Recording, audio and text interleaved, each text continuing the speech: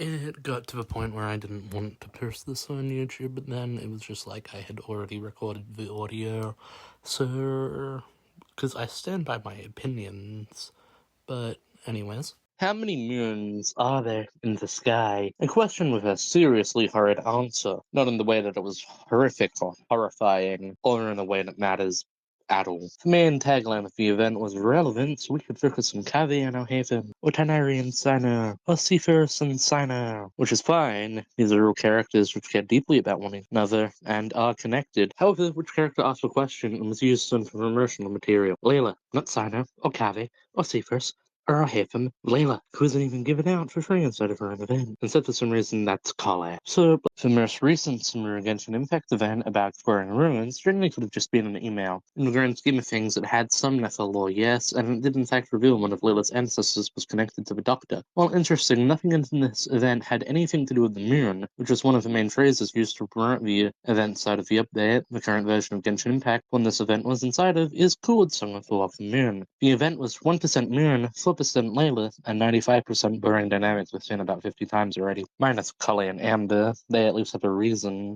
to be together so often, being the fact that they don't get to see each other all that much. But for everyone else, this event was literally a Tuesday, aside from one singular difference. They were in slightly more sand than normal. This should not be taken as me saying I did not enjoy the event, because quite frankly, I did enjoy it for what it was. It was fun seeing friends and hugging them out with exploring ruins. I just didn't really enjoy the fact that Layla was on the cover art, and it feels like a cave. For people had more screen time. Of course, that's not accurate, it's a metaphor. It was fun, but I feel like the way it was promoted made it suffer, because it's just the same thing over and over again, without actually being about what it's presenting itself to being about. Did you know that things like burnout and loss of motivation are real, but have one very easy preventable cause? That's right. Subscribing. It brings #motivation. This channel means so to me, but without your help, I'll have to give it up, or at least put a lot less work into it come 2027. I have so many stories and so many ideas, but I can't tell them without your support because of capitalism. Pretend this is some super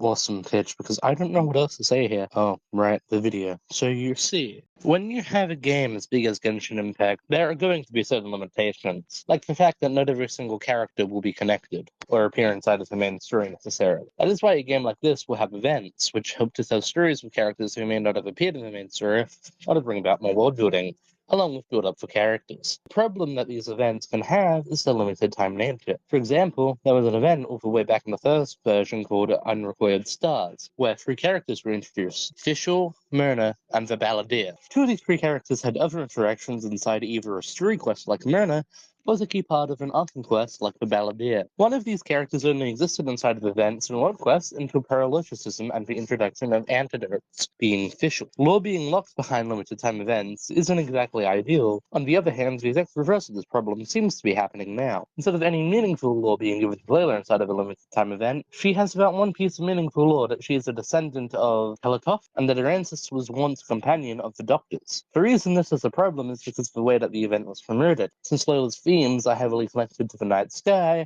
the stars more specifically. So naturally, to promote the event with a question about the moons is going to make people interested in the lore believe that something important or actually meaningful is going to occur. Instead, the event focused on King Dreadford and foreshadowing Xandi, which, while interesting, was a letdown, especially because the event only had 2 acts compared to the usual 3. Instead of lore being locked behind a limited time event, the event was nothing. It's nice seeing it tie into the main story in a way with time and other travel referencing Nether, and I think this is an ideal solution to lore being locked behind limited time events. The event mostly felt like it was telling us what we had learned from Nether's backstory, repackaged for Doctor. It's been said time and time again that many events should be permanent, at least the heavy ones. I would happily trade a gamer like Millie Astra to make this happen, and I believe the vast majority of people would too. I do have to admit, it'd feel a tad bit awkward if you completed the Arkham quest and just started on recalling stars. But ultimately, it is a better solution than removing lore or from limited time events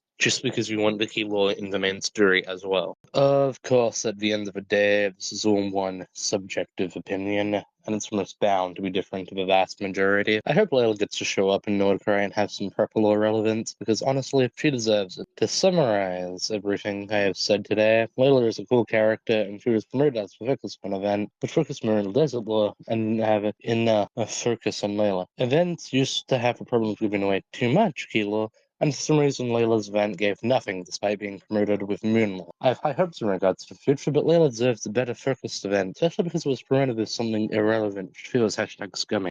Okay, originally I was going to end here, but I get really annoyed when criticism is just criticism and not constructive. I also get annoyed at constructive criticism because I'm just very easily annoyed. But because I have just done criticism is constructive criticism, I think that everything can be solved utilizing Nameless Island and Venti's connection to Istra. Basically, the altar sundial on the Nameless Island can interact with that to see memories, because that's how you are able to fight weekly bosses which appeared in the story. So you go through the memory of the events using the sundial.